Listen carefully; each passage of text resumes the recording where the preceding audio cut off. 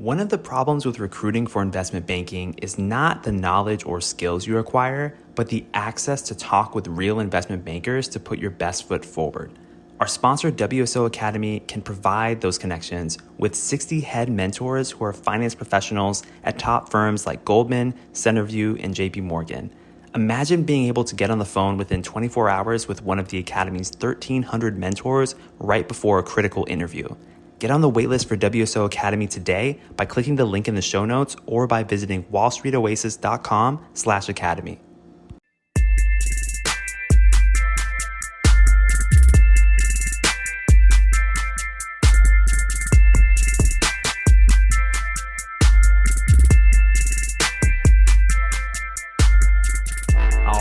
All right. Welcome to Investment Banking Insights. My name is Alex Mason and I'm your host. And I'm so grateful that you're listening to this right now. Thank you for being here, for joining me on this journey as we learn both the technical and non-technical aspects of investment banking, whether you're switching careers, whether you're an incoming MBA student, whether you already have a finance background and you're just listening to this for fun. I'm just so glad that you're here. We're talking about valuation. And today's question is this. Would you compare free cash flow with equity or enterprise value? Would you compare free cash flow with equity or enterprise value? Now let's break this question down here. What are we asking? Okay, free cash flow, we haven't really discussed that yet, and we'll break that down in a moment. Equity value, we understand what equity value is, right? That's what the shareholders own in a company. They own equity. We talked about shareholders' equity on the balance sheet, and we know that equity and debt are two different things. Got it? Okay. Now, as far as enterprise value, we've talked about this concept a lot at this point. Enterprise value, what's that formula again? I'm going to repeat it just so you remember.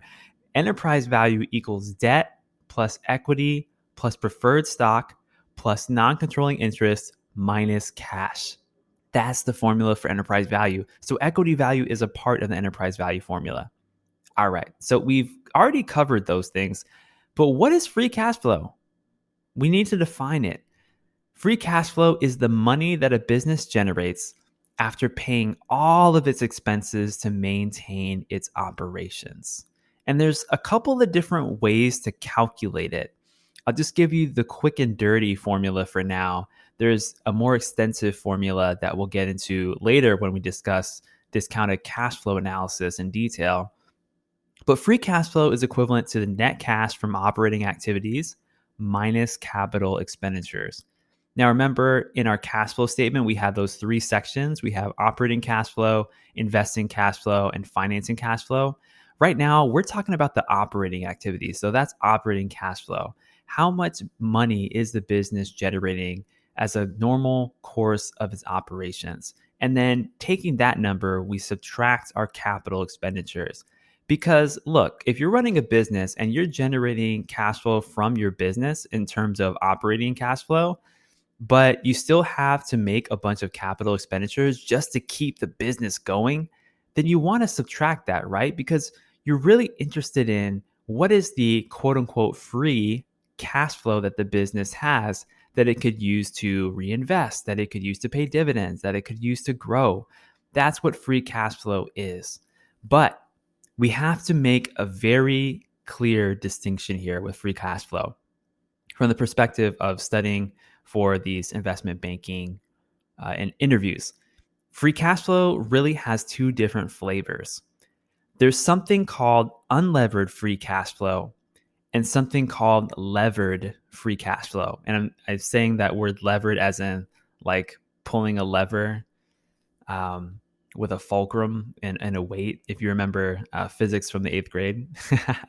So you have levered and unlevered. Now, what do these things mean? Unlevered free cash flow. This is your cash flow that excludes interest and represents cash available to all of the investors of a business, so both debt and equity. Your levered free cash flow includes interest and represents cash available to equity investors. So just the equity investors. Now, what are the scenarios where these two forms of cash flow would be considered? Well, if you're doing an M&A deal, and it's kind of your typical M&A deal, from my understanding, you would really generally look at unlevered free cash flow because you're not focused on including tons and tons of interest payments and loading the company with new debt necessarily. Unlevered free cash flow is kind of like your baseline free cash flow that you would want to look at. Levered free cash flow, this comes more into play with leveraged buyouts, with private equity. Private equity firm comes in, they see a business, and they're like, hey, I'm going to optimize this business. I'm going to optimize the deal to minimize the equity that I, the private equity investor, can put into the company. And in order to do that, I'm going to increase the debt to pretty much the maximum level in many cases, where the business's operating cash flow can pay the interest on that debt. And because I'm optimizing for minimal equity, I'm going to increase my internal rate of return as a result.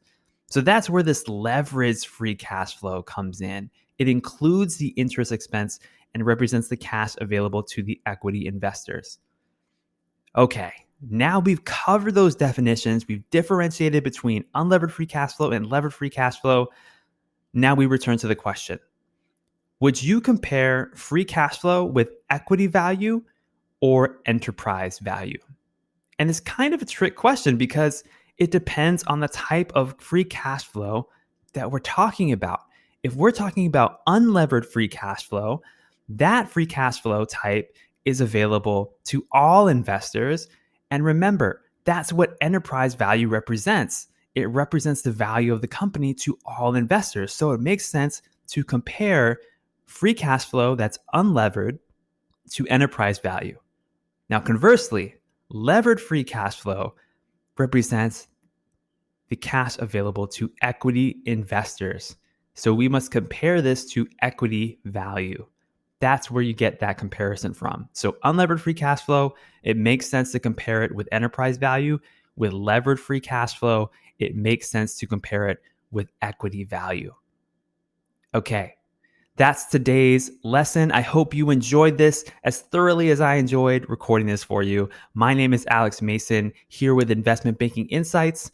Next time, we're going to be coming back to these valuation methodologies, looking again at comparable companies and precedent transactions. We've talked about how important they are. We've talked about a little bit of the nuances, but let's go deeper with these valuation methodologies. We're going to be discovering some more things here in the next episode.